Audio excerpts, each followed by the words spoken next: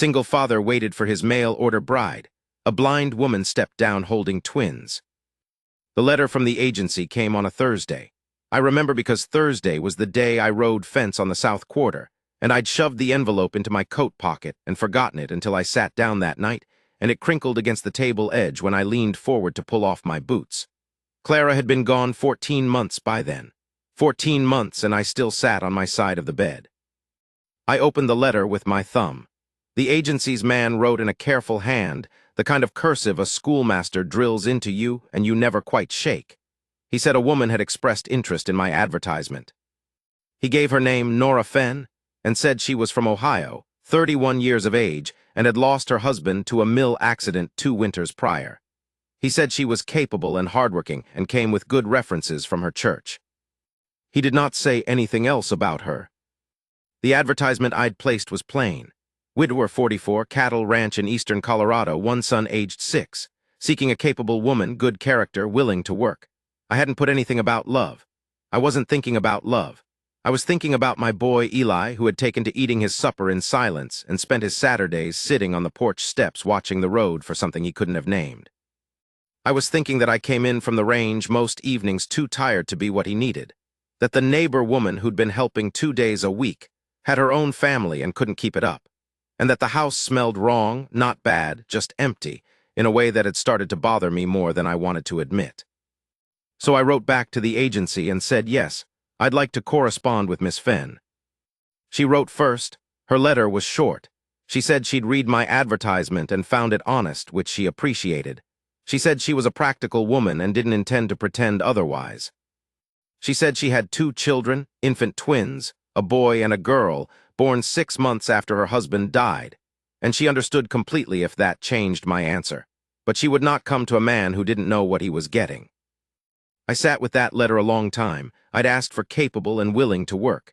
I hadn't asked for twins. I was already short-handed, and the roof on the south barn needed attention before first snow, and Eli was not an easy child at the best of times since his mother passed. 2 infants. I thought about what that meant, the noise of it, the weight of it, the cost of it, and I looked around the kitchen at the quiet and thought, I don't know. I wrote back and said the twins were no difficulty. I don't know why I said that. Some part of me that was still thinking straight might say I was lonely and a practical man doesn't turn away from a practical arrangement. But the honest part, the part that only tells the truth at night when you can't sleep, that part knew I'd read her letter twice, and there was something in the plain way she'd written it. No apology, no performance, just, here is what is true, and I will not hide it from you. That was the kind of person I'd spent my whole life respecting, and I hadn't seen much of it lately. We wrote back and forth for 3 months. She wrote about Ohio the way you write about a place you've decided to leave, clearly, without sentiment. She wrote about her children the way a woman writes about something she's afraid of losing, carefully, not showing how much. She asked me questions nobody had thought to ask me in years. What did I do when it rained too hard to work the range? What did I feed the horses in a bad grass year? What was my boy like? That last one I had to put down and come back to. I wrote eventually that Eli was quiet and serious and smart in ways I didn't always understand, and that he had his mother's forehead, and that I worried about him more than I let on. She wrote back, I think you are a good father. That one I folded up and kept. She was set to arrive on the 14th of October. I drove the wagon into Harlan 3 days early just to check that the post road was clear, which was not something I needed to do, and I knew it at the time. I'd told Eli a woman was coming to stay, that she had 2 small babies, that I hoped he'd be patient and kind. He'd looked at me with those serious eyes and said, "Is she going to be our family?" And I'd said I didn't know yet, and he'd nodded like that was a fair answer. The stage came in at 2:30. I was standing by the water trough with my hat in my hand because the day was mild, watching the dust rise down the south road. There were 3 other people waiting on the platform, the station master, a dry goods man expecting freight, and old Dora Brecht, who met every stage out of habit and nostalgia. The coach came in hard, and the driver set the brake, and the door opened, and a man got out, and then a woman with a traveling bag, and then there was a pause, longer than usual. I watched the door. She came out last. She had a wool coat, dark blue, and her hair was dark and pinned back, and she was carrying an infant against her chest in a kind of sling arrangement I'd never seen before. She took the driver's hand when he offered it, and she came down the step carefully, and when her foot found the ground she stopped and turned her face slightly to one side, and I understood then. The other infant was being passed down to her by a woman from inside the coach, another passenger, a stranger who'd helped her, I figured. And Nora Fenn took the second baby against her other arm, both children against her chest, and she stood there on the platform with her chin up and waited. She was waiting to be found because she couldn't find me. I don't know how long I stood there, long enough that old Dora Brecht turned and looked at me. I put my hat on and I walked across the platform and I stopped in front of her and I said, "Miss Fenn, I'm Caleb Marsh." She turned toward my voice. Her eyes were light-colored, gray or near it, and they were open and they looked past my left shoulder at nothing in particular. There was no embarrassment in her face. She said, "Mr. Marsh, I apologize for not writing sooner. I should have told you." "You should have," I said, "but here we are." She made a sound that wasn't quite a laugh and wasn't quite a breath. "Here we are," she said. I took her bag. I looked at her standing there with both infants, and I thought about saying, "Let me take one of the children," but I didn't know how to do that without unsettling what she'd arranged, the way she was carrying them, the balance of it that was clearly hers and not mine yet. So I just said, "The wagon's at the end of the platform. I'll go slow." She said, "I'd appreciate it if you described what's underfoot." "Planking," I said, "then gravel, then dirt." "Thank you." We walked. Dora Brecht watched us go. I didn't look back at her. The ride out to the ranch was about 2 hours. I told her what I could see as we went, the shape of the land, where the creek ran, where the Hollies' homestead sat empty since last spring, where the road bent near the cottonwoods. She asked questions. Good ones. What was the soil like, sandy or clay? How far was Harlan in winter when the roads got bad? I told her. She was quiet between questions, not with unease but with a kind of attention, like she was building something in her mind out of the words I gave her. The babies slept most of the way. They were small still, 6 months, and they had that boneless weight that infants have when they go under. She held them both in her lap, her hands loose and certain on them. About an hour out, I said, "I should have been honest in my letters. I didn't think through what the work would ask of you here. The house isn't laid out for—" I stopped, because I didn't know how to finish it without sounding like I was already listing problems. "Say it plain," she said. "The house isn't laid out for a person who can't see. I don't know what that means, what you'd need changed. I'm willing to change whatever helps, but I don't know enough to know what to ask." She was quiet a moment. "I know my limits better than most people think they do. I've been managing a house since I was 12, and I've been blind since I was 23. That's 8 years of learning. If you don't move things on me and you tell me once where they are, I'll do the rest." "I'm not a man who moves things," I said. "Good," she said, and then, "What happened to your wife?" "Fever," I told her, quick. Eli was 5. She said, "I'm sorry." I said, "And your husband?" She said, "The mill wheel. He didn't suffer long, which was something." A pause. "He was a decent man. Not always easy, but decent." That was the most either of us said about it. We came up the rise to the ranch as the light was going orange and the shadows were getting long across the yard.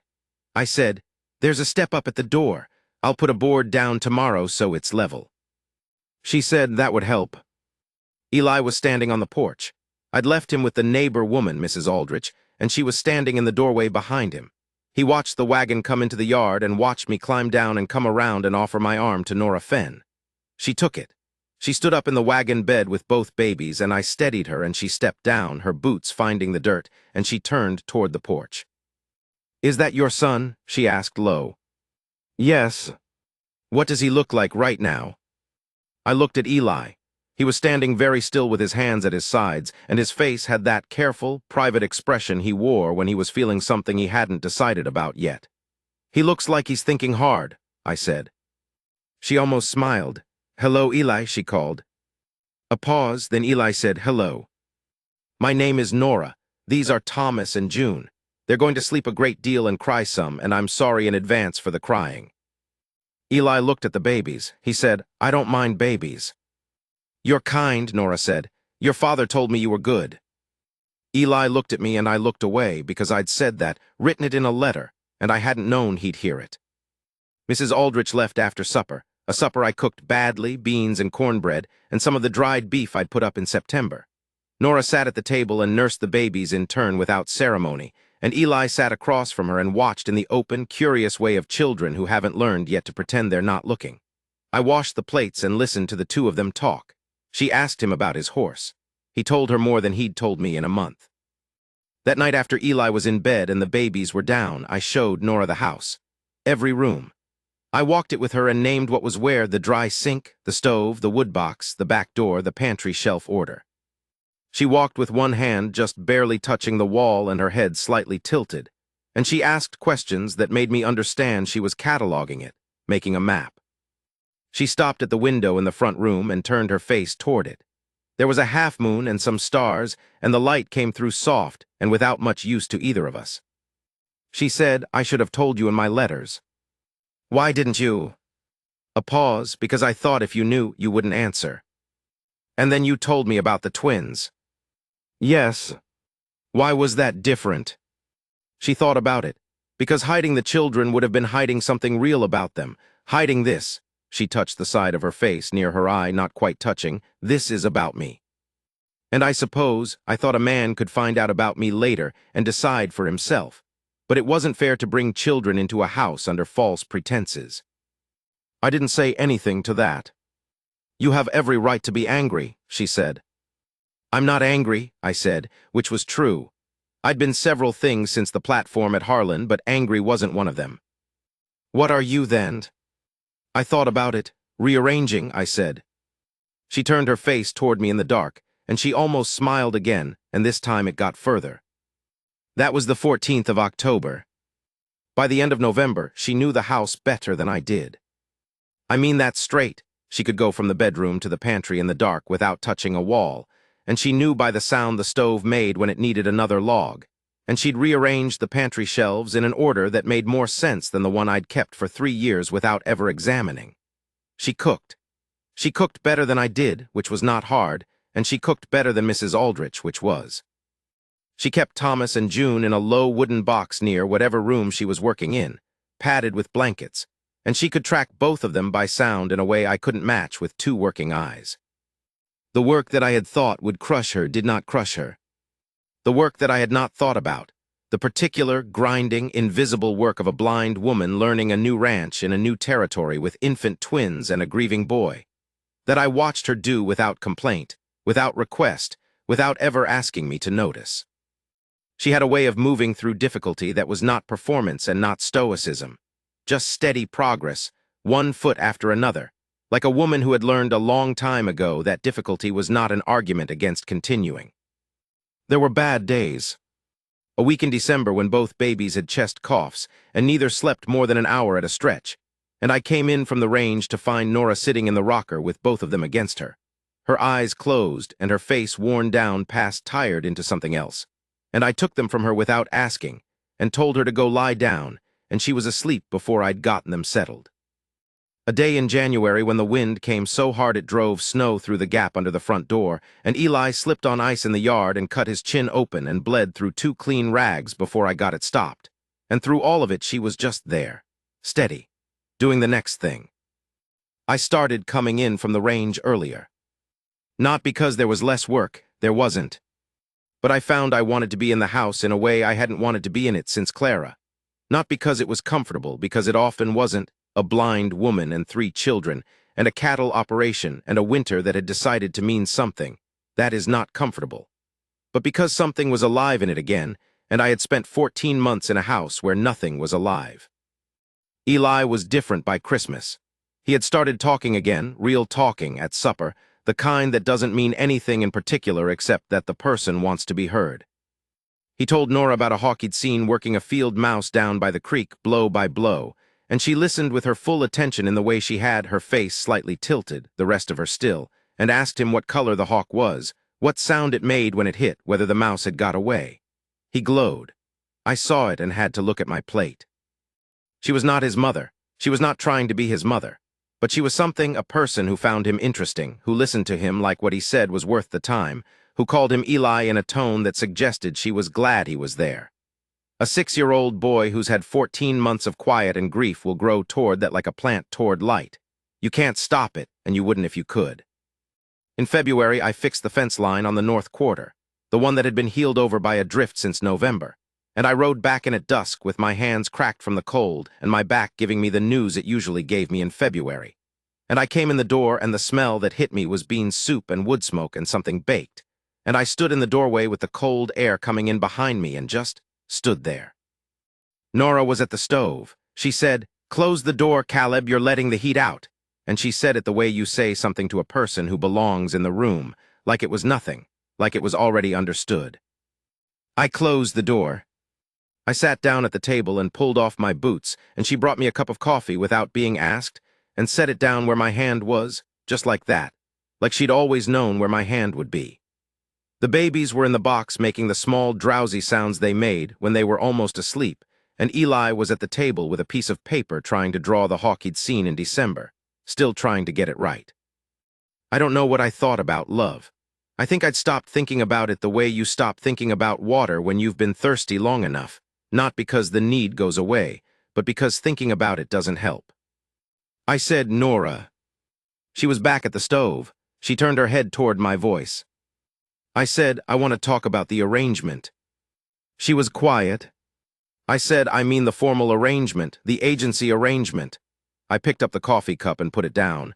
"I'd like to change it." "To what?" she said in a careful, quiet voice. "To whatever comes next," I said, "if you're willing."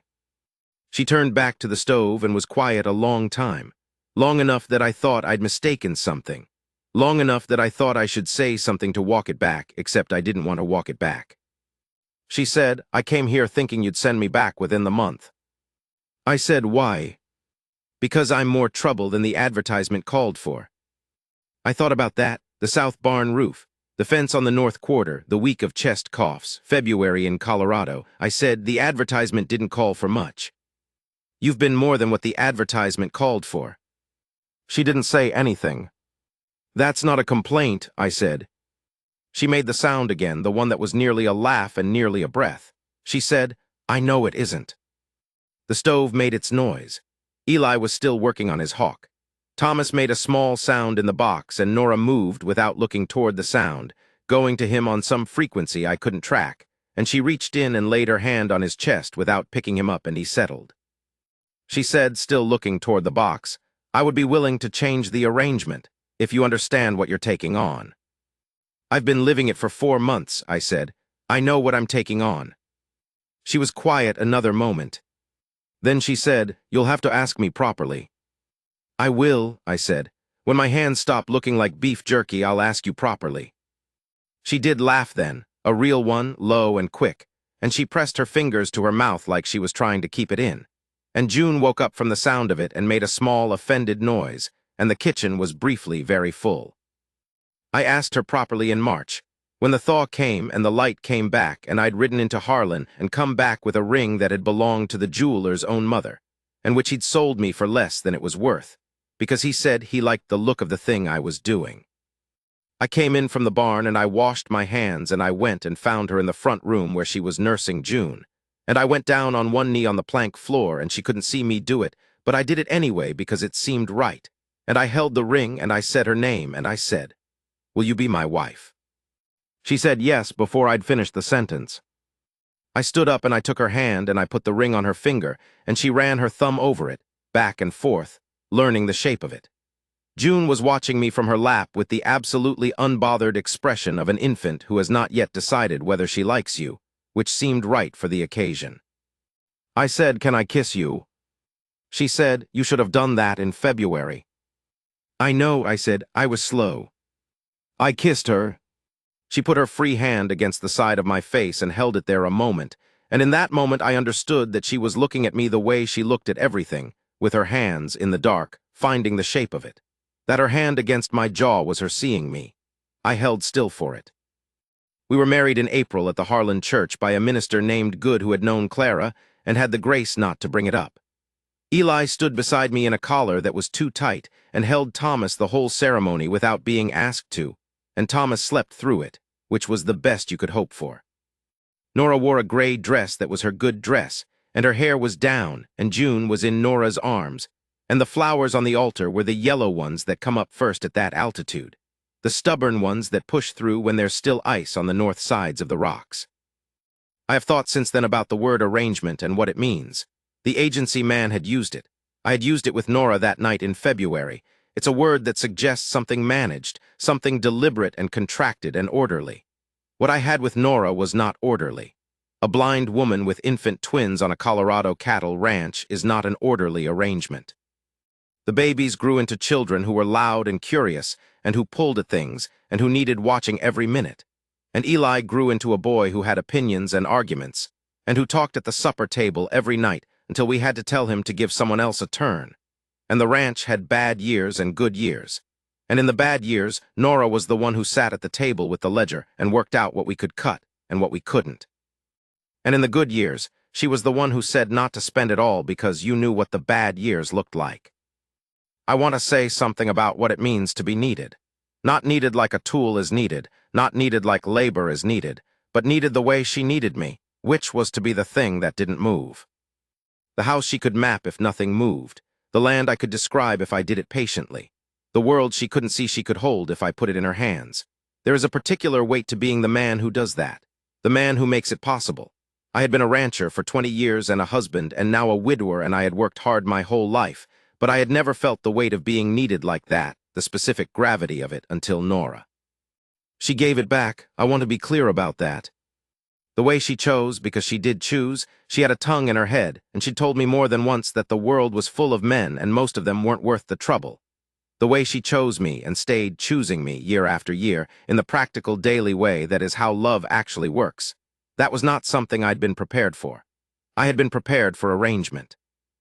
I had not been prepared for a woman who would sit across the supper table from me on an ordinary Tuesday and reach out her hand and find mine without looking. Just find it, and hold it there a moment in the middle of whatever she'd been saying, and then let go and keep talking. Thomas is 17 now. June is 17. Eli is 23 and has his own ground on the east side of the ranch, a parcel I gave him when he turned 21. And he has a young woman of his own who came out from Kansas, and who is not blind and has no twins, but who has a way of listening that reminded me of something and took me a week to place.